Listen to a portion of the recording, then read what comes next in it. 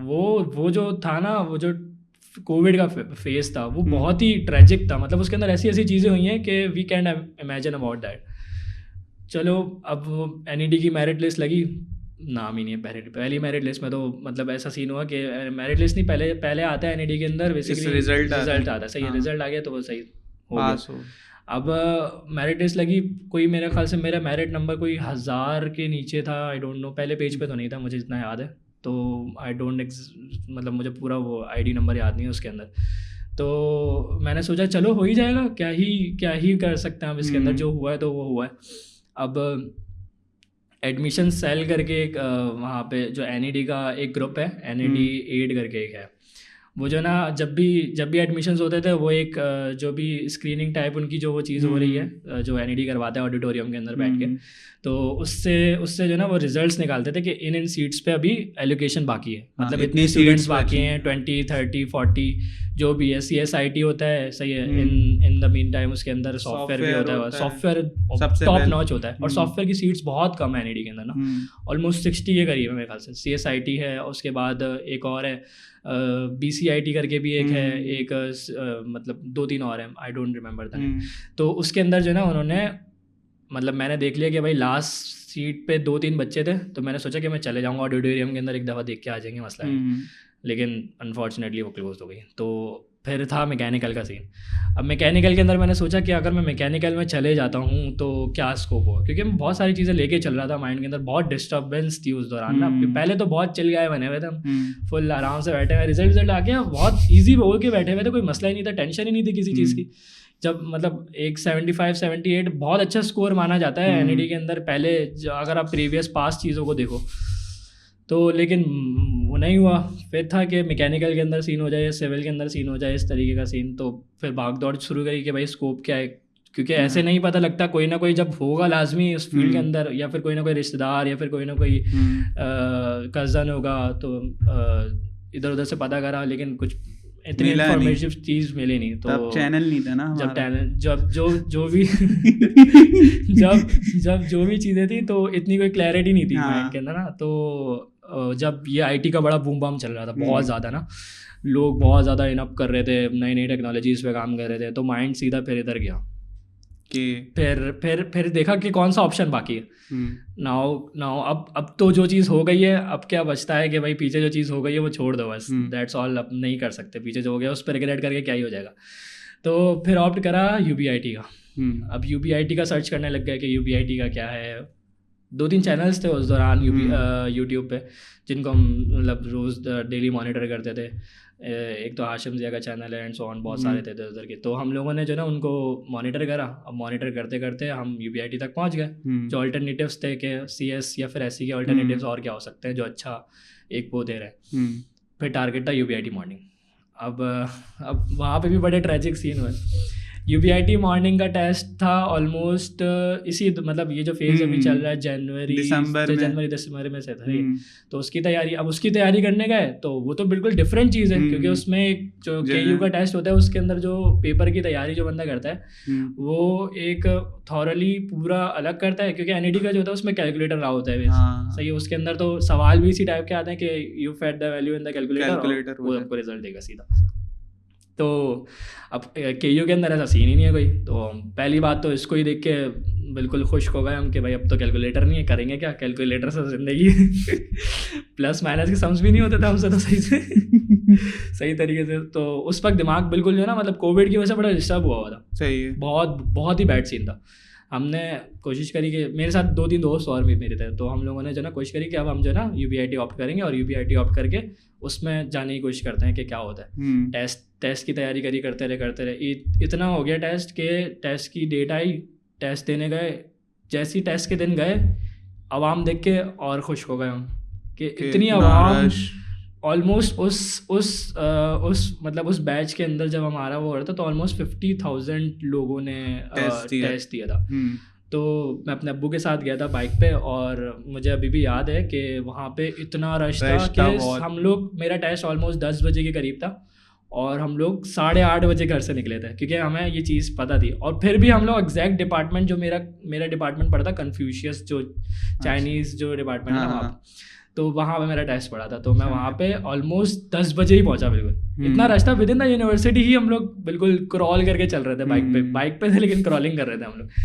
तो हम पहुँच गए किसी तरीके से, टेस्ट वेस्ट दिया, टेस्ट अच्छा निकल गया माशाल्लाह से। तो फिर चिल गाय बन गया हम। उम्मीद थी बिल्कुल चिल, फुल ऐसे टेस्ट दे गया, फुल चिल गाय। सही है, नाश्ता वाश्ता करा अब्बू के साथ बाहर, बोले बस भी बहुत अच्छा पेपर हो गया है अल्हम्दुलिल्लाह, इंशाल्लाह मार्क्स अच्छे आ जाएंगे। उम्मीद तो दिलानी है ना घर वालों को, घर वालों को तो ऐसा बताना कि हो जाएगा, टेंशन नहीं है। सही है, तो घर पे आ गए, घर पे आके हमने बोला हो जाएगा अब तो क्या ही है, अब इससे वर्स्ट हो ही क्या सकता है, इससे वर्स्ट तो और कुछ नहीं हो सकता। सही है, तो ऑलमोस्ट 10 दिन के बाद मेरिट अच्छा KU का ही होता है कि KU का पहले मार्क्स आ जाते हैं। सही है, मार्क्स आ जाते हैं, मार्क्स आए थे मेरे 68-70 के करीब मार्क्स आए थे। बस मुझे था कि मैं पास कर लूँ, इसे पास ही करना होता है। उसमें भी 70 मार्क्स आ गए थे, इंटर की परसेंटेज। अच्छा उस वक्त जो ना, उस दौरान इंटर का रिजल्ट भी नहीं आया था हमारा, तो और बड़ा ड्रामा था हमारे लिए कि क्योंकि KU इंटर पे ही देता है, उसने पहले टेस्ट ले लिया हमारा। मेरे टेस्ट से पहले मुझे यही नहीं पता था कि मेरी परसेंटेज कितनी, तो वो दुआएं भी चल रही थी कि भाई टेस्ट तो दे दिया, पता चले इंटर की परसेंटेज ही लुढ़क गई, हो गया काम उसमें हमारा। तो उसके अंदर फिर मेरी इंटर की परसेंटेज फॉर्चुनेटली अच्छी आ गई, ऑलमोस्ट 86-87 थी तकरीबन, इस तरीके की इंटर की परसेंटेज थी। अब उस पर जब हमने काम शुरू करा कि अब इसको लेके चलते हैं, जैसे ही हमारे पास रिजल्ट्स आएंगे तो हम एडमिशन ले लेंगे, ये सोच के चल रहे थे। और तो कोई चीज़ ऑप्ट ही नहीं करनी, एडमिशन तो अब हो ही जाएगा, क्या ही रह गया, 86 परसेंटेज है, 70 सही है, 68 मार्क्स से आपने टेस्ट पास कर लिया, और देयर इज़ नथिंग कि जो इससे ज़्यादा वो अच्छी हो सकती है। उस तक तो मतलब सामने बिल्कुल हारा वाक दिख रहा था ना हमें, तो ये वाला सीन था हमारा, सामने ही दिख रहा था कि चलो बस चढ़ जाएंगे एलिवेटर में। तो उसके अंदर हुआ ये सीन के बैठे हुए आराम से, मगरिब की नमाज़ पढ़ के आए, मेरिट लिस्ट मतलब वो रिजल्ट आ गया। मेरिट लिस्ट नहीं होती इसमें पोर्टल पे रिजल्ट आता है कि you got admission in this department. बिल्कुल, कि you got admission in food science and technology. मैंने बोला ये क्या हुआ यार मैंने बोला यार ये क्या हुआ, तो मैंने बोला ये शायद गलती हो गई है यार। एक मतलब 15-10 मिनट तक तो मैं ऐसा था कि नहीं, विश्वास ही नहीं हो रहा, मतलब यकीन नहीं हो रहा था बिल्कुल, है ना।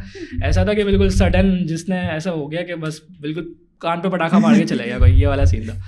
तो स्क्रॉल करा नीचे और उसमें मेरिट लिखा हुआ था सारे उसका ना, तो मैंने 2 फील्ड्स देखी, मुझे उसके अलावा कुछ दिख ही नहीं रहा था, सब चीज़ें ब्लर थी, BScs और BSSC। उसके सामने मैंने मेरिट देखा 90 एंड आई एम फ्रीज, बस मैं फ्रीज हो गया उस वक्त।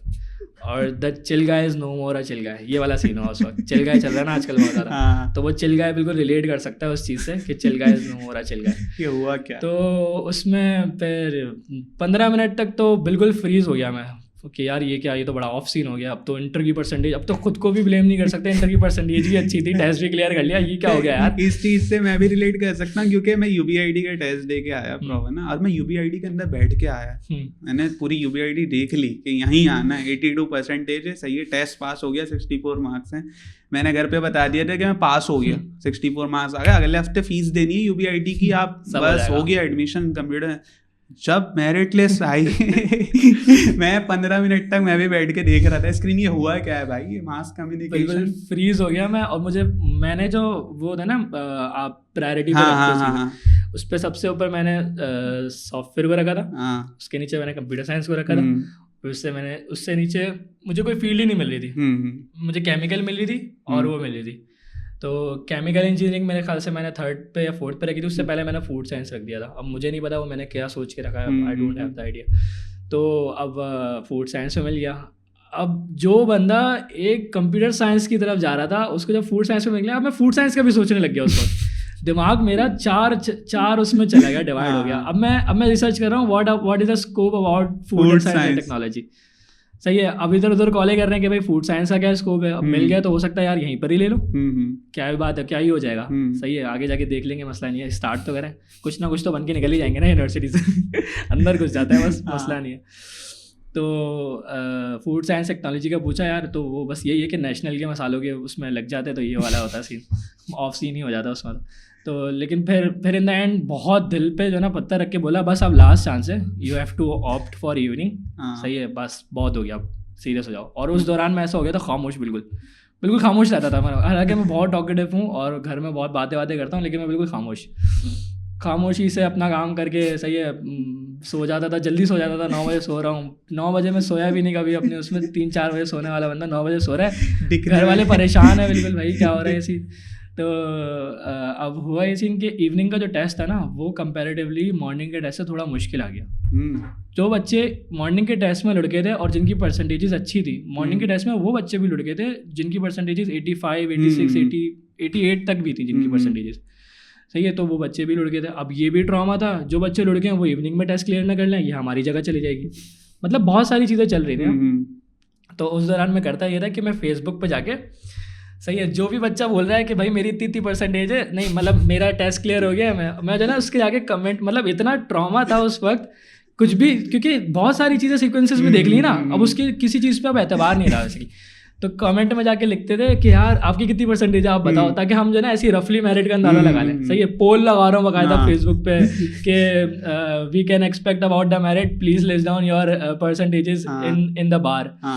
तो उसमें लोग मस्तियाँ करते थे आके, फुल भाई फुल मेरी रैगिंग चल रही होती थी कमेंट्स में, फुल गंदी रैगिंग चल रही होती थी मेरी कमेंट्स। और most of the guys are from senior batches UBIT के अंदर, फुल रैगिंग चल रही है यार, ये ऐसा वैसा। तो अब उसमें जो ना वो बच्चे भी वोट करते थे जो ऑलरेडी यूबीआईटी में पढ़ रहे हैं, और वो बच्चे भी वोट करते थे जिनका आईटी से रिलेटेड कोई ताल्लुक ही नहीं है। तो अब उसमें मैंने देख लिया यार मोस्ट ऑफ द स्टूडेंट की परसेंटेजेस 85 से ऊपर, सही। तो मैंने बोला भाई इसमें भी नहीं होगा, क्योंकि जब चीज़ हर चीज़ से हो गया ना, तो मैंने बोला भाई इसमें भी नहीं होगा, दैट्स ऑल। फिर मैंने सोचा अब क्या कर सकते हैं, एयर गैप लें, ये तो SMIU है। SMIU का सीन ये था कि SMIU गवर्नमेंट यूनिवर्सिटी है, वो भी एक मतलब एक अच्छा वो दिख रहा था उस दौरान, लेकिन ये था कि मुझे दिल नहीं चाह रहा था वहाँ जाने का, क्योंकि मैं बहुत सारी चीज़ों से ऑलरेडी होके आ चुका था, बिल्कुल मेरा दिल नहीं था। खैर UBIT की फ़ीस भरी इवनिंग की, बहुत ज़्यादा वो करके, और जिस दिन मेरिट लिस्ट आई उस दिन मेरा नाम लिखा हुआ था you got admission in computer software engineering. तो उस दिन जो मतलब ऐसा था ना कि भाई कोई अचीवमेंट, ये हाँ यार ये कुछ अचीव करा है भाई, कुछ अचीव करा है। हालांकि वो ऐसा था कि मतलब कुछ भी नहीं था वो, मतलब क्योंकि आप इतनी सारी चीज़ों से होके आ गए तो वो कुछ भी नहीं था। सारा ट्रॉमा बेसिकली कोविड का था, कोविड नहीं होता तो वो उसी में ही शामिल हो जाते जो मॉर्निंग बैच था हमारा।